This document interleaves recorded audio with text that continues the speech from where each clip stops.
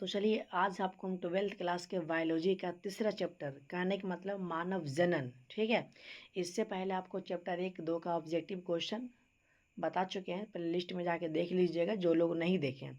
आज तीसरा चैप्टर खत्म करने वाले हैं, सारा का सारा VVI क्वेश्चन, ठीक है, मानव जनन, ठीक है ना। चलिए, तो आप सभी का तीसरा चैप्टर का पहला क्वेश्चन है, ध्यान दीजिएगा। किस जनन परत में रक्त तथा जो है ना परिवहन तंत्र का उद्भव होता है, ठीक है, आपको ये बताना है। तो इसका राइट आंसर हो जाएगा, ठीक है, मीजोडर्म हो जाएगा, ठीक है, मीजोडर्म।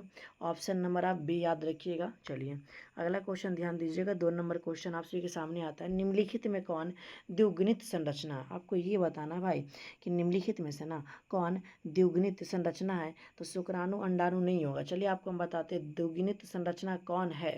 ध्यान दीजिएगा, ये जो है ना आपका युग्मनज हो जाएगा, ठीक है, युग्मनज हो जाएगा। ऑप्शन नंबर आप सी याद रखिएगा।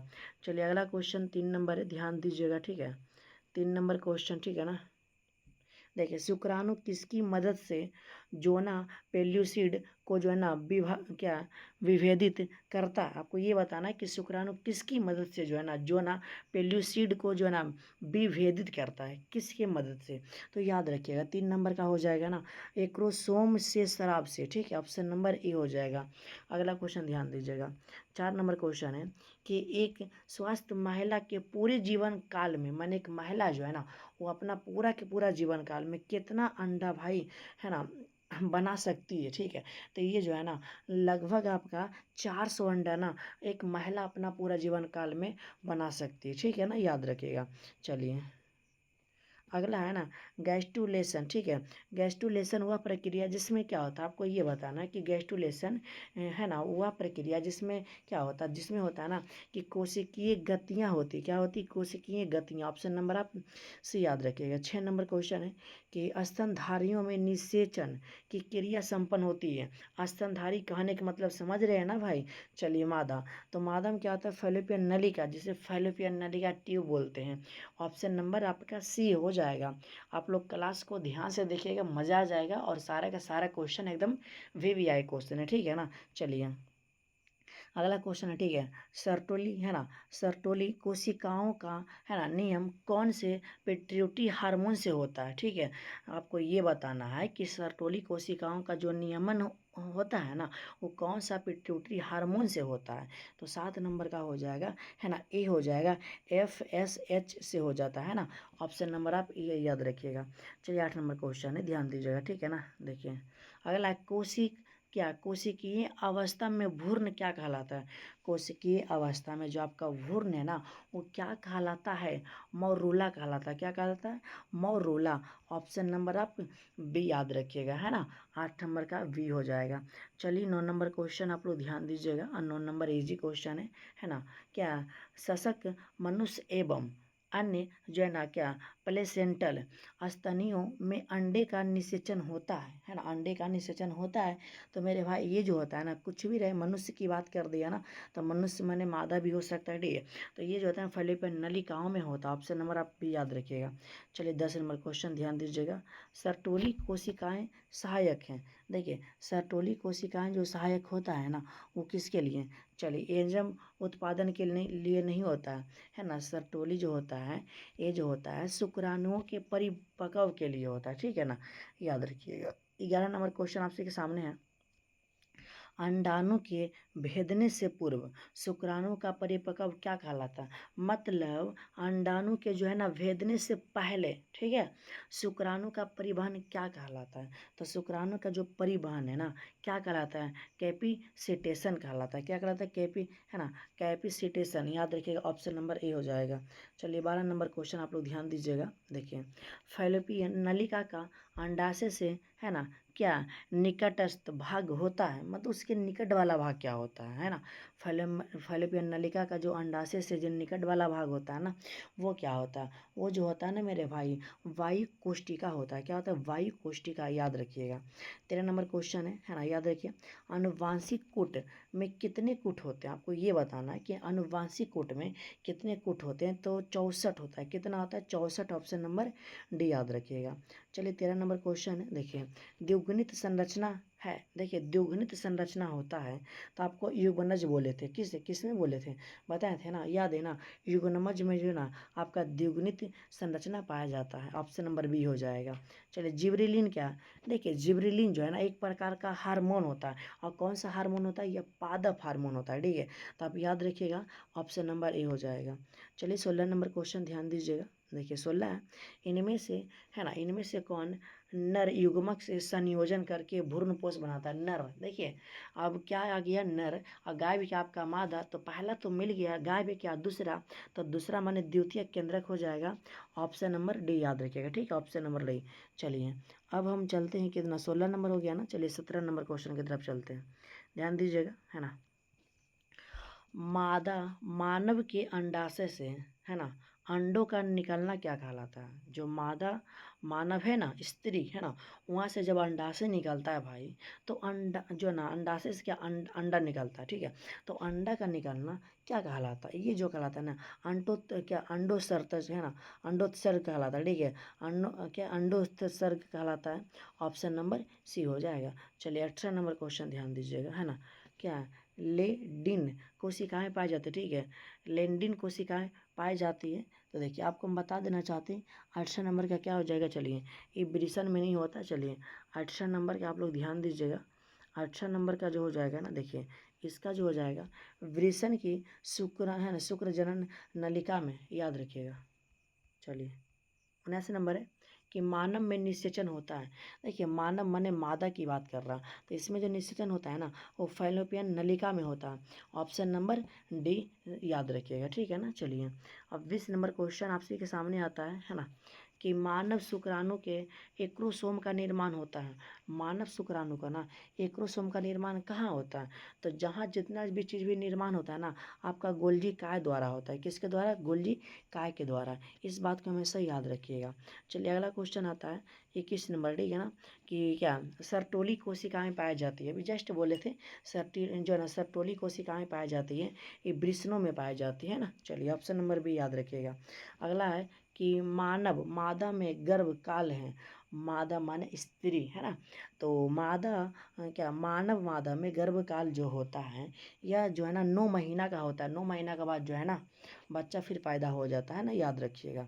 अगला क्वेश्चन है ध्यान दीजिएगा, है ना, क्या कोरक की जो है ना गुहा कहलाता है, आपको ये बताना है कोरक की जो है ना गुहा क्या कहलाता है, तो ये जो है ना सीलोम कहलाता है, क्या कहलाता है, सीलोम, याद रखिएगा, ऑप्शन नंबर बी हो जाएगा।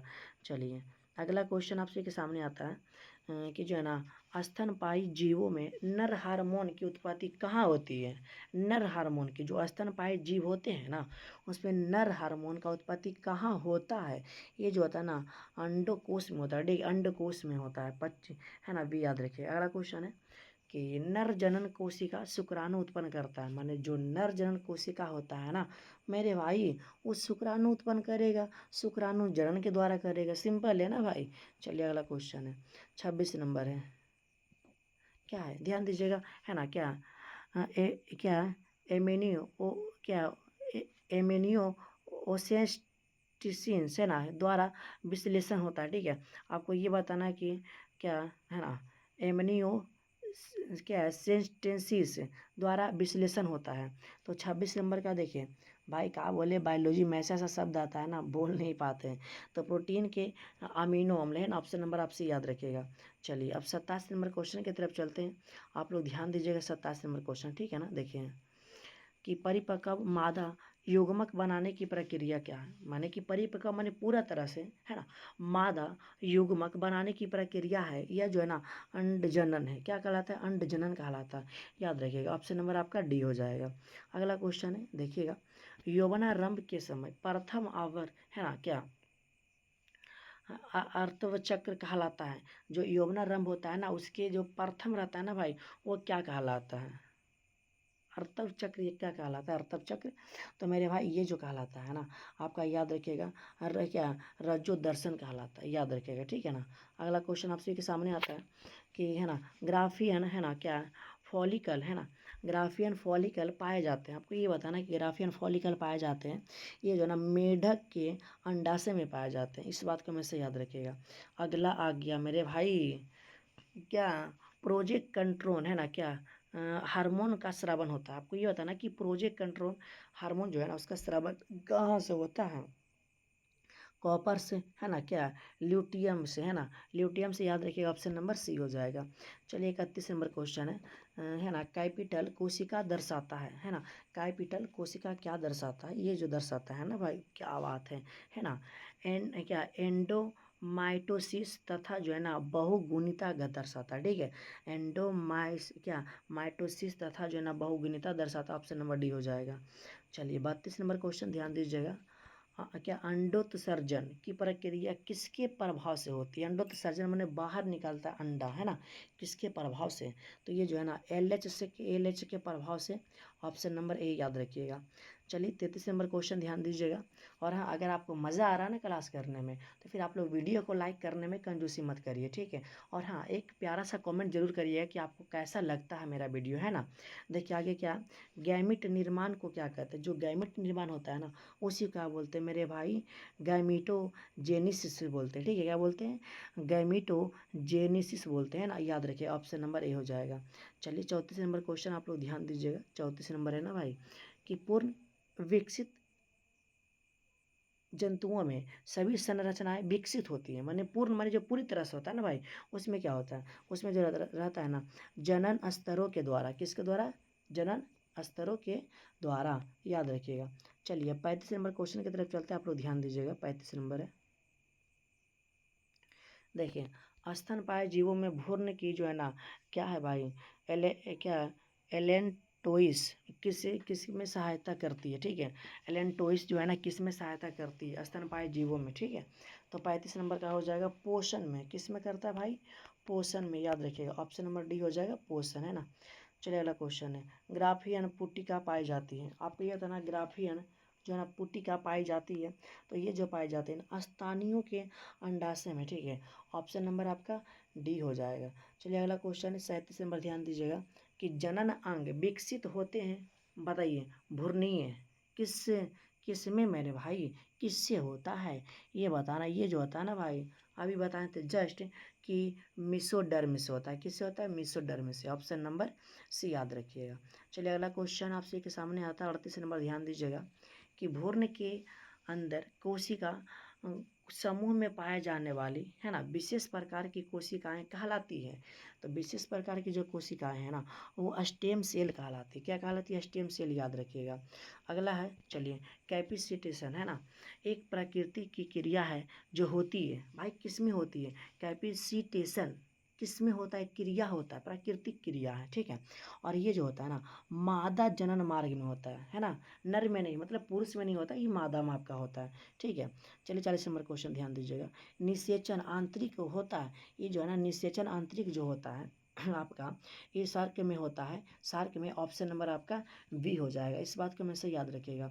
अब 41 नंबर क्वेश्चन आप लोग ध्यान दीजिएगा, निम्नलिखित में कौन गर्भाशय के स्तर में जो है ना क्या प्रत्यारोपित होता है, माने गर्भाशय के अंदर, ठीक है, स्तर अंदर बोल रहा है, ठीक है, प्रत्यारोपित होता है मेरे भाई। 41 का जो है ना क्या बलास्टोसिस्टम में, ठीक है, क्या है ना बलास्टोसिस्टम में होता है, ऑप्शन नंबर डी याद रखिएगा, ऑप्शन नंबर आपका डी हो जाएगा। चलिए 42 नंबर क्वेश्चन ध्यान दीजिएगा ना, प्रोस्टेट ग्रंथि उपस्थित होती है, मेरे भाई कहाँ होती है, तो इस बात को हमेशा याद रखिएगा।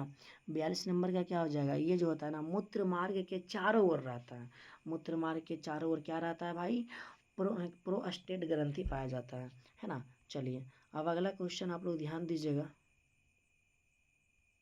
43 नंबर क्वेश्चन, ठीक है ना। देखिए भ्रूण की 16 कोशिकाएं अवस्था क्या कहलाती है, माने जो भ्रूण की जो 16 कोशिका अवस्था है ना उसी को क्या बोलते हैं, मौरूला बोलते हैं, जस्ट बोले थे ना मौरूला, ऑप्शन नंबर ए हो जाएगा मौरूला।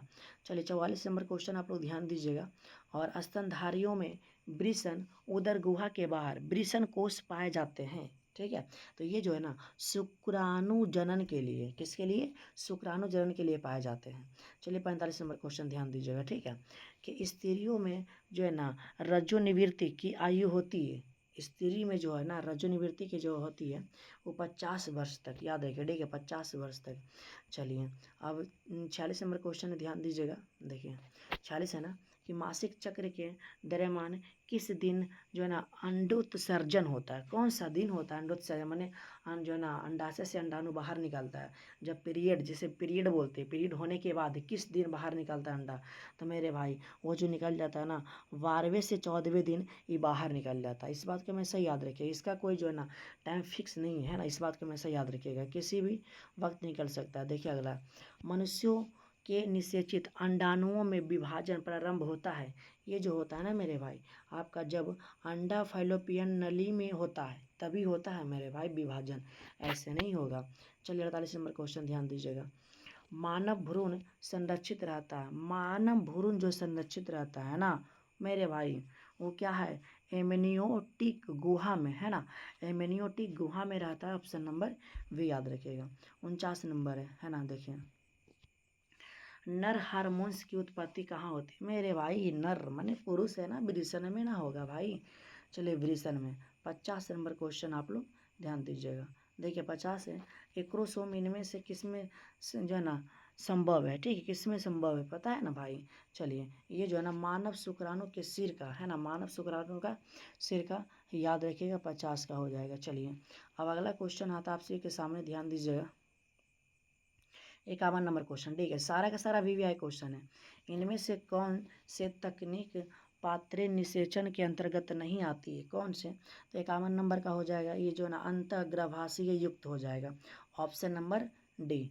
चलिए अगला क्वेश्चन आता है 52 नंबर, ध्यान दीजिएगा कि गर्भाशय किससे संबंधित है। गर्भाशय जो है ना, गर्भाशय स्त्री में रहता है ना, तो मादा या स्त्री बोल सकते, जनन तंत्र से है। चलिए आपका तीसरा चैप्टर का लास्ट क्वेश्चन है मेरे भाई, ठीक है। चलिए मानव जनन का आपका लास्ट है ना क्वेश्चन है कि परिपक्व शुक्राणु के शीर्ष पर एक टोपीनुमा संरचना पाई जाती है, उसे क्या कहते हैं मेरे भाई, उसे क्या कहते हैं, त्रिपन का, उसी को एक्रोसोम बोलते हैं। देखिए जी आपका तीसरा चैप्टर में जितने भी सारे वीवीआई ऑब्जेक्टिव क्वेश्चन बन रहे थे, जितना बनते थे सब के सब आपको हम बता देंगे। 53 क्वेश्चन है, एकदम वीवीआई क्वेश्चन है, तो आप लोग अच्छा से तैयार कर लीजिएगा। और चैप्टर 1 और 2 का जो ऑब्जेक्टिव क्वेश्चन नहीं देखे हैं, प्ले लिस्ट बना है, ठीक है ना, माने कि 12th बायोलॉजी चैप्टर वाइज बना है, तो आप जाके देख लीजिएगा, है ना। मिलते हैं अगले वीडियो में, ठीक है, अभी के लिए इतना ही रहने दीजिए, है ना। और जिनको भी अगर लाइव क्लास ज्वाइन करना है तो रात के 8 बजे आप लोग लाइव क्लास ज्वाइन कर सकते हैं 2027-28 के लिए, है ना। एग्ज़ाम की तैयारी हो रहा है तो फिर आप लोग ज्वाइन कर लीजिएगा, ठीक है ना। और हाँ, कमेंट अपने प्यारे हाथों से ना एक जो है ना कमेंट कर दीजिएगा कि आपको वीडियो कैसा लगा, ठीक है ना। मिलते हैं अगले वीडियो में, ठीक है ना।